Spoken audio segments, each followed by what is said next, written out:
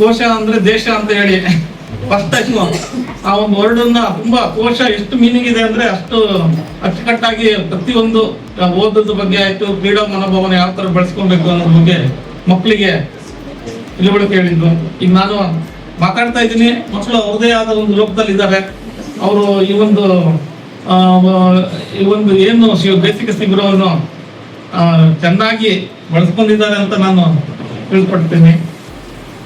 ನಾವು ಚಿಕ್ಕವನಿರ್ಬೇಕಾದ್ರೆ ನಾನು ಅಷ್ಟೇ, ಇವರು ಹೇಗೆ ಗೌರ್ಮೆಂಟ್ ಸ್ಕೂಲಲ್ಲಿ ಓದಿದ್ರು, ನಾನು ಆಕ್ಚುಲಿ ನಂದು ಶಿವಮೊಗ್ಗ ಡಿಸ್ಟಿಕ್ ಸೊರಬದಲ್ಲಿ ಗೌರ್ಮೆಂಟ್ ಸ್ಕೂಲೇ, ನಂದು ಮಾರ್ಕ್ಸ್ ಕಾರ್ಡ್ ಎಲ್ಲ ಫಸ್ಟ್ ಇದು ಗೌರ್ಮೆಂಟ್ ಸ್ಕೂಲೇ. ಇಂಜಿನಿಯರಿಂಗ್ BE ನಾನು ಕೂಡ ಗೌರ್ಮೆಂಟ್ BDT ಕಾಲೇಜ್ ದಾವಣಗೆರೆಯಲ್ಲಿ ಮುಗಿಸಿದೆ. ನಾವು ಚಿಕ್ಕವರಿರ್ಬೇಕಾದ್ರೆ ಬೇಸಿಗೆ ರಜೆ ಬಂತು ಅಂದ್ರೆ ಎಲ್ಲ ಗುಂಪು ಮಾಡ್ಕೊಳೋದು, ಆಟ ಆಡೋದು, ಅದು ಇದು ಮಾಡ್ಕೊಂಡು ಹೋಗ್ತಾ ಇದ್ವಿ. ಟೈಮ್ ಪಾಸ್ ಮಾಡೋದು ಹೇಗಪ್ಪ ಅಂತ ಇದ್ವಿ. ಅದು ಮಿಡ್ ಟರ್ಮ್ ಎಕ್ಸಾಮ್ ಬಂದಾಗ ಒಂದಿಷ್ಟು ಏನು ನಾವು ಎಕ್ಸಾಮ್ ಬರ್ದಿರ್ತೀವಿ ಅದನ್ನ ಬರ್ಕೊಂಬನ್ನಿ ಅಂತ ಹೇಳೋರು. ಬೇಸಿಗೆ ಶಿಬಿರದಲ್ಲಿ ತಿರ್ಗೋದು, ಕ್ರಿಕೆಟ್ ಆಡೋದು, ಆಮೇಲೆ ಗೋಲಿ ಆಟ ಆಡೋದು, ಟಿನ್ನಿದಾಂಡು, ನಮ್ಮ ಮಲೆನಾಡು ಸೈಡು ಅದೊಂದು ಇದು ಮಾಡೋದು, ಬ್ರಾಹ್ಮಣ ಗಿಡ, ಅದೊಂಥರ ನಡೀತಾ ಇತ್ತು.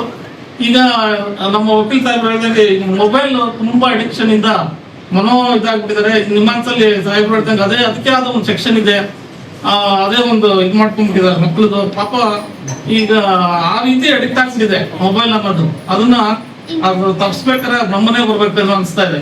ಅಷ್ಟು ಅಡಿಕ್ಷನ್ ಅದು ಇಲ್ಲ ಅಂದ್ರೆ ಈಗ ನಾವೇ ಏನೋ ಒಂದು ಇಲ್ಲ ಆಫೀಸಿಗೆ ಬರೋ ಟೈಮಲ್ಲಿ ಏನೋ ಒಂದು ಕಳ್ಕೊಂಡಂಗೆ ಆ ತರ ಆಗ್ಬಿಟ್ಟಿದ್ವಿ ನಮ್ದು. ಆ ಮಕ್ಕಳಿಗೆ, ಚಿಕ್ಕ ಮಕ್ಕಳಿಗೆ ಅದೇ ಬೆಳವಣಿಗೆ ಬಂದ್ಬಿಟ್ಟಿದೆ. ಅದು ಇವನ್ ನಮ್ಮೊಂದು ಬೆರಳು ಕೂಡ ನಾವ್ ಏನ್ ಇದು ಮಾಡ್ತೀವಿ ಅದು ಕೂಡ ಆಕ್ಷನ್ ಆಗಿ ನಮ್ಮ ಬ್ರೈನ್ ಇಂದ ಇದಕ್ಕೆ ಬಹಳ ಮನೋರೋಗಗಳು ತುಂಬಾ ಅನ್ಕೊಂತ ಇದಾವೆ.